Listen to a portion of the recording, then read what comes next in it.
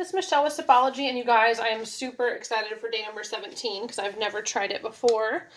So it is going to be strawberry champagne, and it's a green tea. You can see the ingredients in there and the steeping directions. And I just don't read you the ingredients because I would rather make some tea with you. But I've never tried this one, so I'm super excited. So I'm going to make a whole pot because I love fruit blended teas, green, black, white. I love them all. I like fruit flavored teas.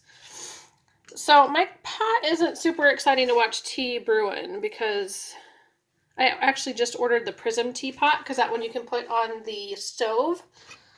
I cannot wait to get it in. I wish I would have bought it for these videos. Okay, so there is the strawberry champagne green tea.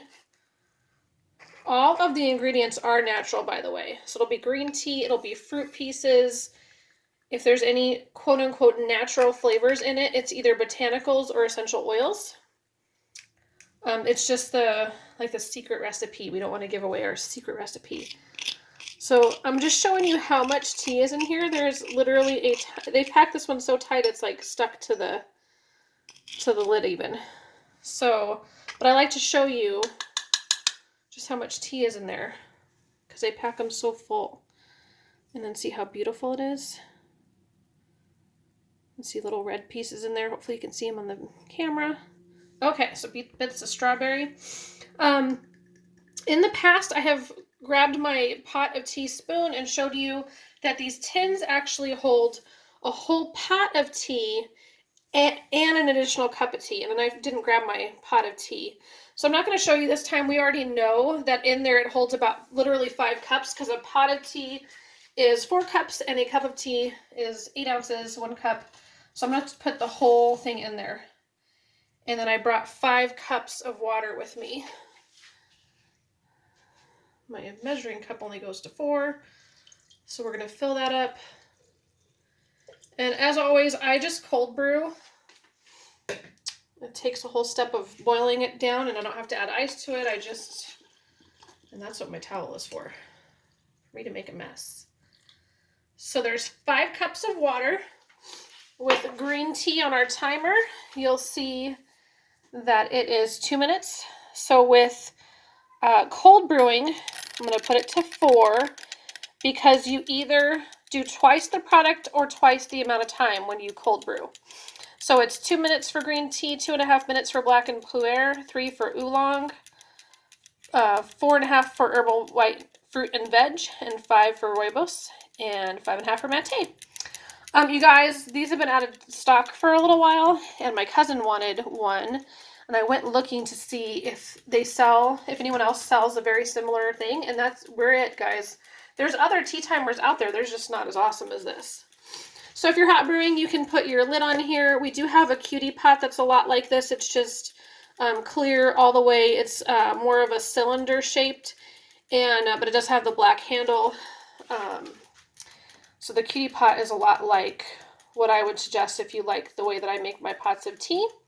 With green tea, you can rebrew up to 3 times. So normally if you're brewing just 1 cup of green tea, it's 2 minutes and it's super duper quick. And if you're doing the cold brew like I am, it's 4. It is a very common tea. Black and green teas are the most common in the US. They're also the most studied teas. They're a medium caffeine.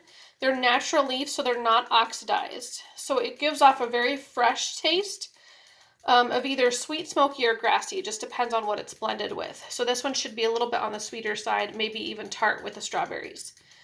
The benefits of the green tea is it can hydrate your skin and detoxify the body. It helps improve bad breath, improve metabolism, improve brain function, and it can help boost immunity. So it's a very, very, very good tea for you. Lots of benefits.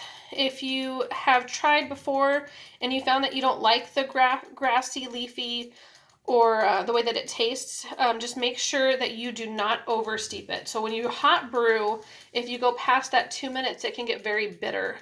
So you want to make sure that you don't over steep any of your green, blacks, pu'ers, anything like that. Your fruit teas you can let steep, and there's no actual tea in it, so it's not going to get bitter. These are bigger full leaves with less stems and veins. As you saw, they were big, beautiful green tea leaves. So I'm going to let this timer, let's see where we're at. We've got a minute and a half. So I'm going to pause this while it finishes brewing, and I am going to brew this 3 times. So I'm going to end up with a total of 15 cups. I'm going to put it in a bigger jug and put it in the refrigerator, and I'll have a big jug of tea with 15 cups out of one itty bitty little tin, because I'm going to rebrew it 3 times. I'll be back in just a bit. Okay, so it's been a little bit more than the 4 minutes. When you're cold brewing, it's not quite as bad. The bitterness doesn't come out quite as bad. But I want to show you that even though this is not the cutie pot, I want to show you what you can do with the cutie pot, because you want to get your black and your green teas out of your hot water. But these holes are so small usually on like the universal infusers and the cutie pot infuser, things like that, which is good. That way your tea doesn't end up in your water. But there's a little shelf that you can set it on, so it can take a minute or so to get that water out of there and get all that flavor into your teapot.